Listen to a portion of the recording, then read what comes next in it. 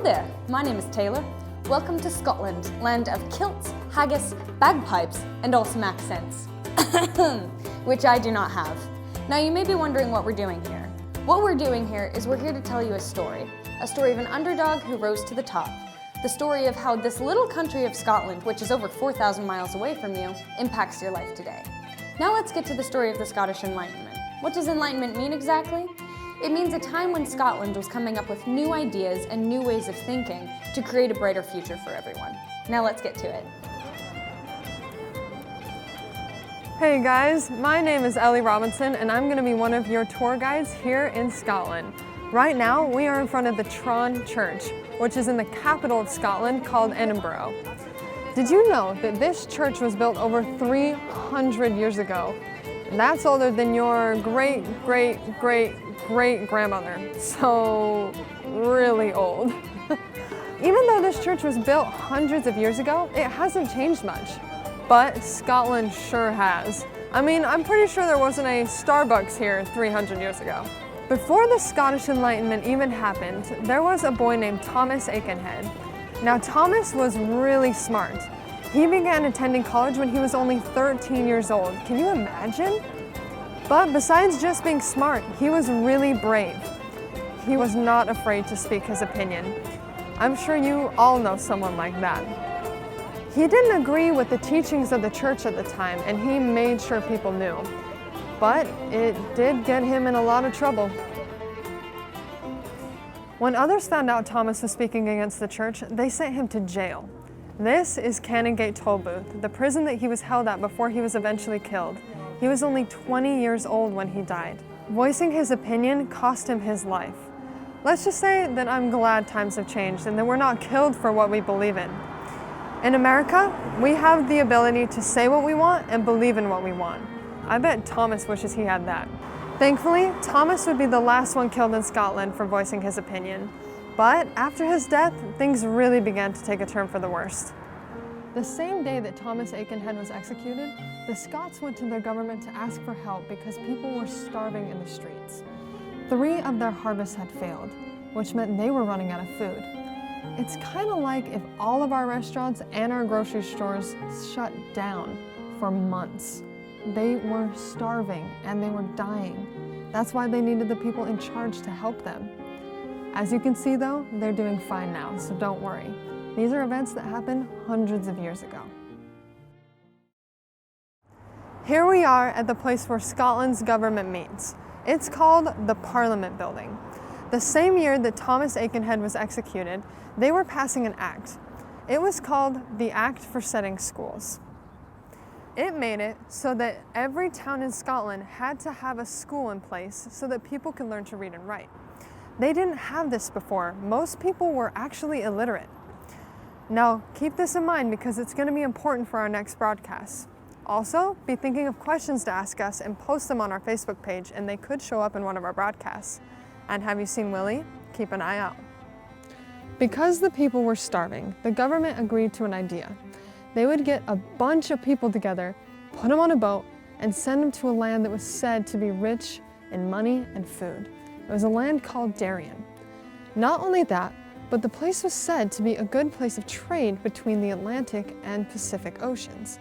Little did they know what they were in for. But Scotland didn't have the money to be sending people on this trip anyway. So they reached out to their neighbor England and asked for help. And you know what England said? Heck no. So Scotland had to raise the money all by themselves.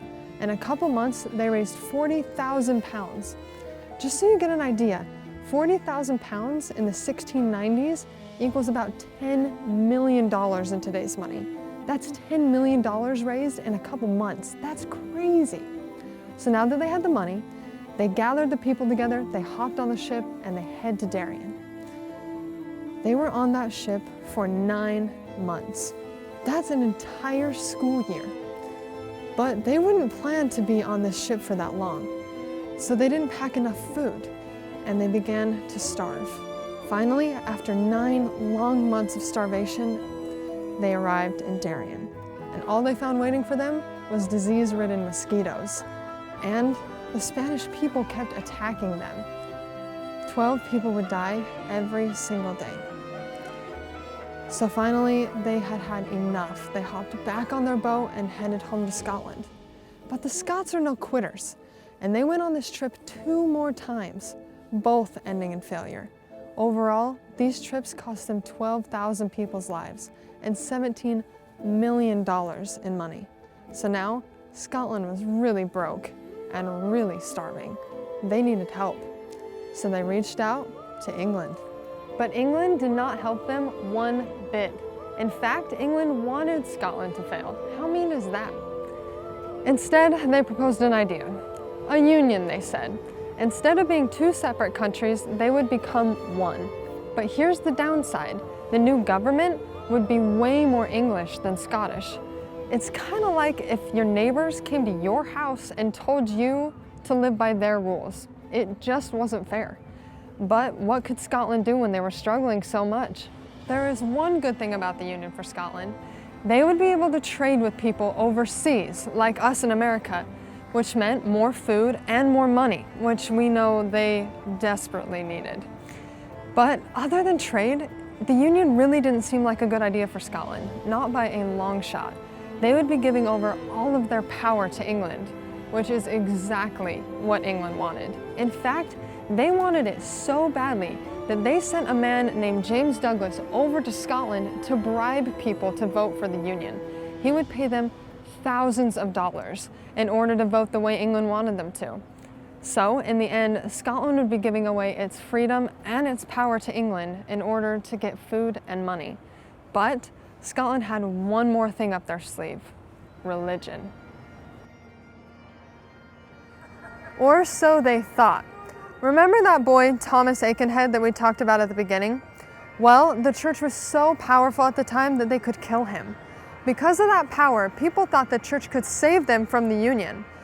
But just when they got their hopes up, they were all dashed. The church went in favor of the Union.